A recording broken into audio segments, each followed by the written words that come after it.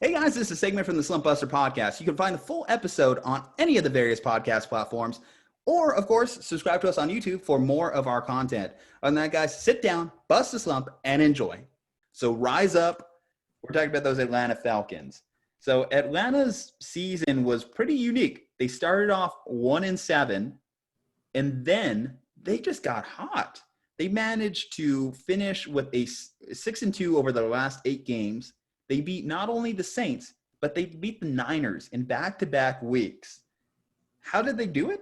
Well, Dan Quinn heard the murmurs. He heard everyone talking about Dan Quinn is going to get fired before the season ends.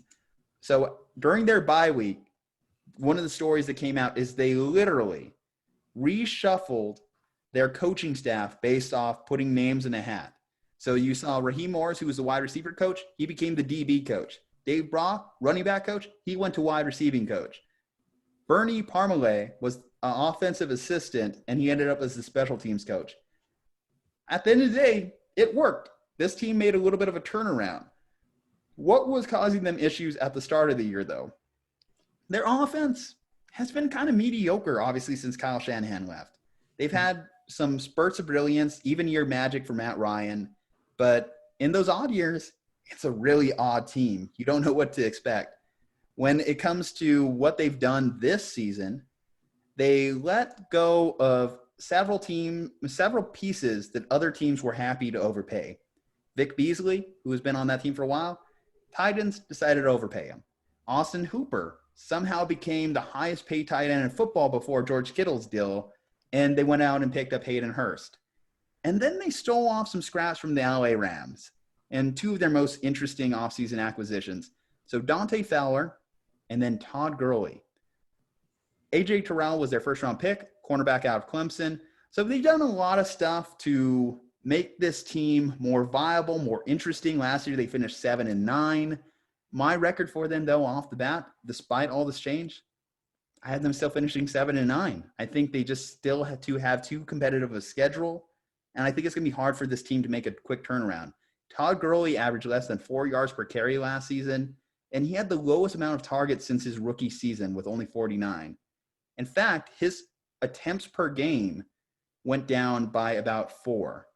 So he's on the back burner. I don't know if you can expect Todd Gurley to be Todd Gurley of 2017.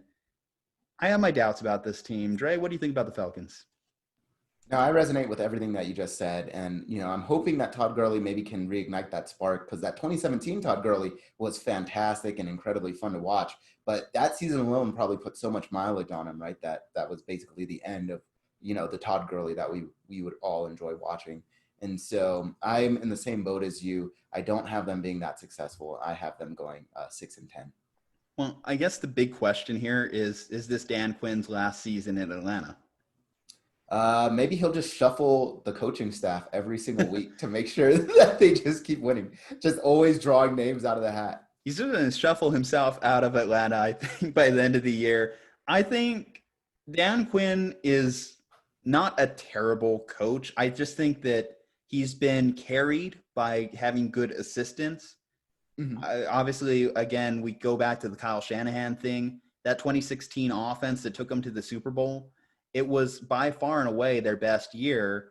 And I think that was only made possible by having someone that could run that. Because at the end of the day, Dan Quinn's not a play caller. And I think if you're an offense or you're a team executive, you want guys that are play callers, because it accomplishes 2 things. If you have the head coach and he's calling plays, you don't have to worry about hiring an offensive assistant. That's why I'm going to throw this name out there. I'm just going to try and be ahead of the curve on this take. Lincoln Riley, Atlanta. That would be really fun to watch with Matt Ryan, Julio Jones, Calvin Ridley. What do you think about that, Dre? Am I being too bold? Is that a take that can happen? And are Atlanta Falcons fans going to be excited for the next 5 years of fantastic offense? I would actually really like to see that. I think, like you said, all the pieces fit really well. The coaching style fits really well. The offense that, Lincoln Riley likes to have, it would be more, quote unquote, like college-y offense, right? Compared to like some of the NFL, but maybe that's the brand of football that they need, and I could see, and I think Lincoln Riley is a good enough coach that he would make those adjustments, right? Like he'd find a way to make that offense work in the NFL, right? And at least transition it fairly smoothly. So that's a good call, Juju. I would actually be excited for that. Is it too unfair that I just gave Atlanta Falcons fans just hope everywhere that they were going to fire Dan Quinn and hire the best coach in college football? Now they're going to extend Dan Quinn another 5 years or something like that. This misery. You're going the negative take. I'm staying positive. I am, aside from giving them a 7-9 record, of course. But yeah, so shame. Okay. I mean, I like the Falcons, and I wanted to give them a better record. Again, I just went through their schedule and I just couldn't see where the wins were. That was the problem with it. I'm Same sorry. with me. Yeah. I didn't see them getting a whole lot of wins. Like even though they get those weird wins over some good teams, it's just 9 out of 10 times I'm not going to choose them over the better team.